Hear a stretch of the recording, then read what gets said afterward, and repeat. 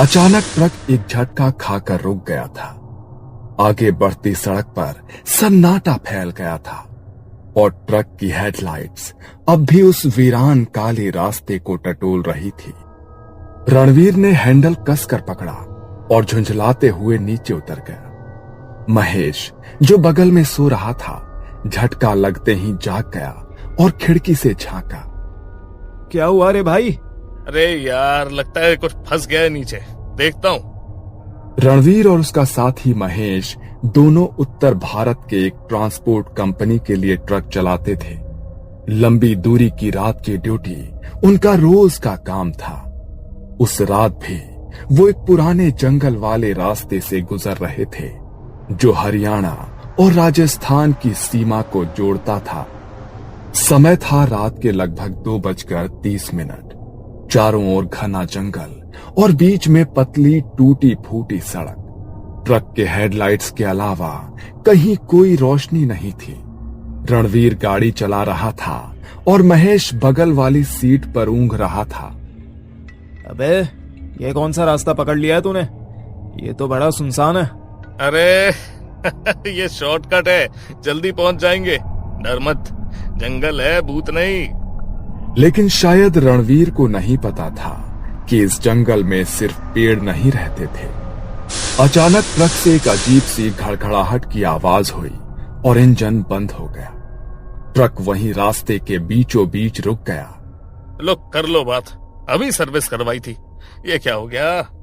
रणवीर नीचे उतरा और बोनट खोलने लगा। महेश भी साथ उतरा, लेकिन उसका ध्यान अचानक दाहिनी ओर खिंचा। सड़क के किनारे झाड़ियों के बीच एक सफेद कपड़ों में लिपटी कोई औरत झुकी हुई बैठी थी। उसके बाल खुले थे और चेहरा ढका हुआ था।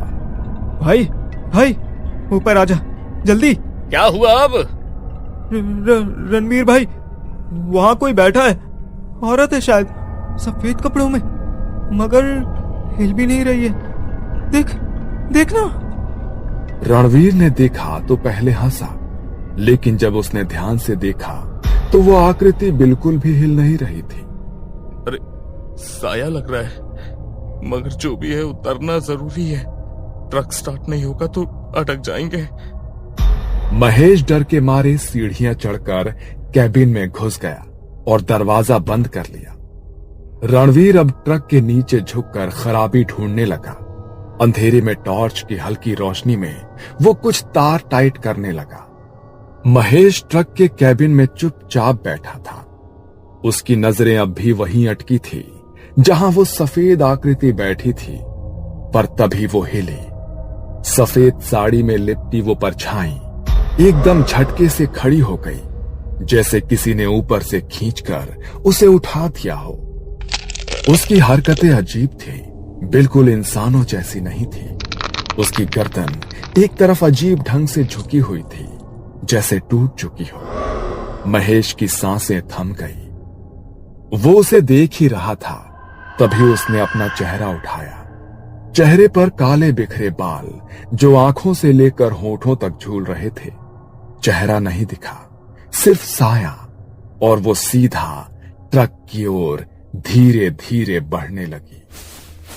कोई आवाज नहीं, पर उसके चलने से पेड़ के नीचे गिरी सूखी पत्तियां चरमराने लगी। हर कदम के साथ पत्तों की आवाज और भी करीब आती जा रही थी। भाई, ये क्या देख रहा हूं मैं?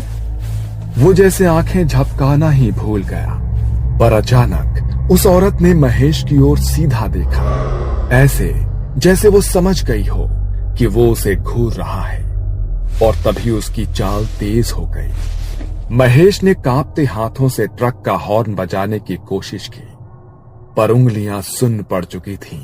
साहस जुटाकर वो चिल्लाया, आ! भाई, वो आ रही है, कोई है वहां, सफेद साड़ी में, जल्दी कर।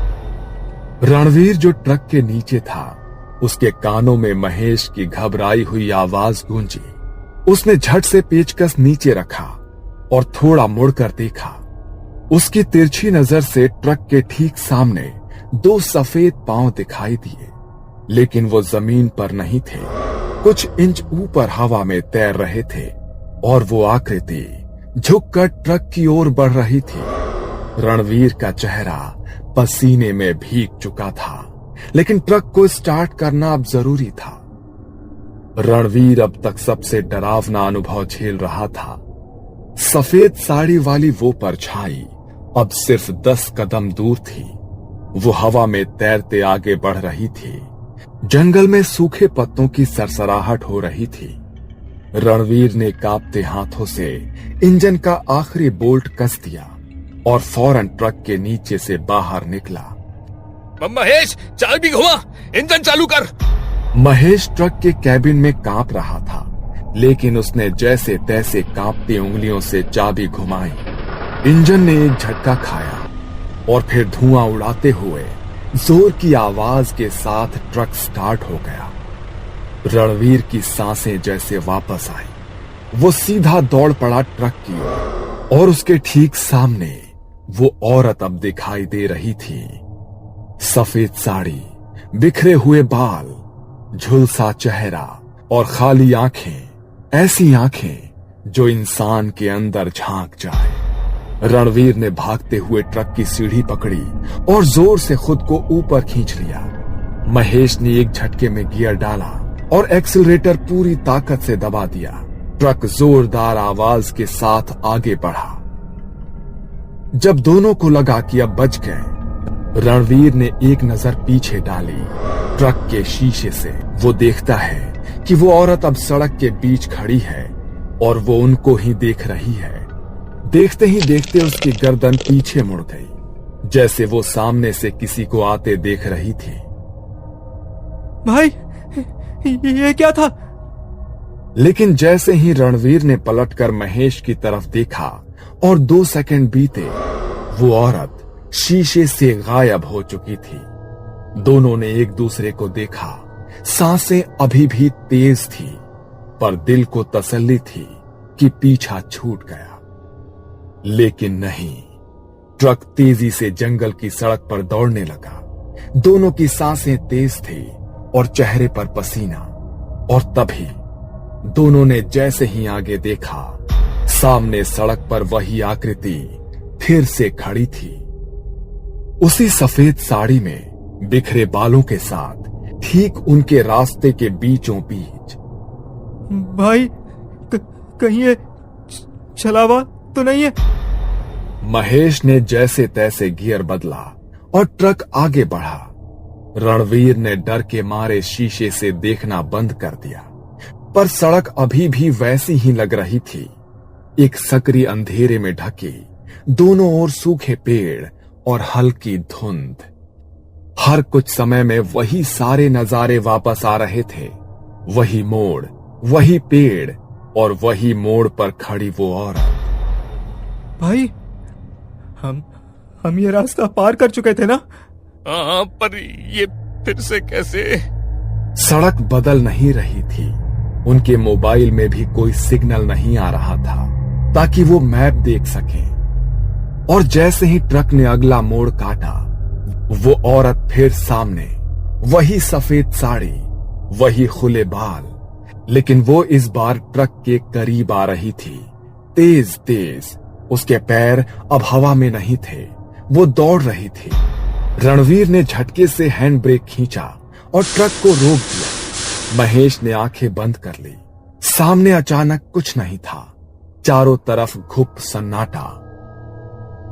फिर कुछ लाल बूंदें फ्रंट ग्लास पर गिरी। दोनों ने देखा, लाल रंग, खून की बूंदें। महेश, तूने भी देखा? ट्रक के ऊपर कुछ चल रहा है। ट्रक की छत पर भारी कदमों की आवाजें। कोई झुककर ट्रक को देख रहा था ऊपर से। रणवीर ने कुछ पल के लिए आंखें बंद की और कुछ बुदबुदाया। ओम नमः शिवाय, ओम नमः शिवाय, ओम नमः शिवाय। महेश भी धीरे धीरे हनुमान चालीसा बोलने लगा। तभी सब शांत। किसी ने मानो छत से छलांग लगाई हो। धप! महेश ने फिर ट्रक चालू किया। ट्रक अब धीरे धीरे आगे बढ़ रहा था। आगे पीछे कुछ दिखाई नहीं दे रहा था, बस वही टूटी सड़कें, वही मुड़े हुए पेड़ और पीछे अंधेरे में कहीं गायब होती वो सफेद साड़ी वाली परछाई। रणवीर और महेश दोनों का चेहरा पीला पड़ चुका था। आंखें नींद से नहीं, डर से लाल थी। भाई, ये जगह हमें छोड़ ही नहीं रही है। ये तो पक्का चला हुआ है। हमें कोई उपाय निकालना पड़ेगा यार, नहीं तो ये रास्ता हमें खा जाएगा। महेश ने गियर बदला। तभी रणवीर को एक पुरानी बात याद आई। उसके ताऊ जी भी ट्रक चलाते थे और उन्होंने एक बार बताया था, अगर कभी रास्ता भटका दे कोई छाया तो ट्रक से नीचे मत उतरना, जहां जगह मिले गाड़ी रोकना और उसमें नीम की सूखी टहनी और सरसों के दाने रखकर जैसे को तैसा कह देना। वो बात उसे अब याद आई और उसी पल उसे ट्रक की हेडलाइट में एक मोड़ पर पुरानी वीरान झोपड़ी जैसी दिखी। रुक, वहीं चल, शायद वहीं से कुछ मिल जाए। महेश डरते डरते ट्रक मोड़ता है और ट्रक उस वीरान झोपड़ी के पास लाकर रोकता है। चारों ओर अजीब सा सन्नाटा, जैसे जंगल भी सांस रोके हो। रणवीर ने जेब से नींबू और हल्दी की एक छोटी थैली निकाली। ट्रक ड्राइवरों के बीच ये आम बात है, वो अक्सर बुरे समय के लिए रखते हैं। महेश वहीं ट्रक के अंदर माला पकड़कर हनुमान चालीसा पढ़ने लगा। रणवीर झोपड़ी के आसपास गया और उसे एक नीम का सूखा पेड़ दिखा। उसने नीम की टहनी तोड़ी और ट्रक के बगल में एक छोटी लोहे की थैली में सरसों के दाने रखकर चलाया। वो टहनी बीच में रखकर जोर से बोला, जिसे जो चाहिए वो ले ले, पर रास्ता छोड़ दे। अब तू भी चला जा और हमें भी जाने दे। उसके शब्द जंगल में गूंज उठे और उसी पल हवा थम गई। महेश ने फिर से ट्रक शुरू किया। हेडलाइट तेज जलने लगी, मानो बिजली वापस लौट आई हो। पर तभी ट्रक के पीछे कड़कड़ की आवाज आई, जैसे कोई नाखूनों से मेटल को खुरच रहा हो। रणवीर दौड़ते हुए ट्रक में चढ़ा और दरवाजा बंद किया। पीछे देखा, वही औरत, चेहरा झुलसा हुआ, आंखें अब काली और बालों से खून टपक रहा था। वो अब ट्रक के पीछे खड़ी घूर रही थी। भाई, बचा ले, बचा ले। रणवीर ने महेश को हटाया और खुद ड्राइविंग सीट पर बैठा। इंजन फड़फड़ाया। एक बार स्टार्ट नहीं हुआ, 2 बार भी नहीं, तीसरी बार जैसे किसी अदृश्य ताकत ने धक्का दिया हो। ट्रक स्टार्ट हो गया। वो दोनों चिल्लाते हुए, जय बजरंगबली।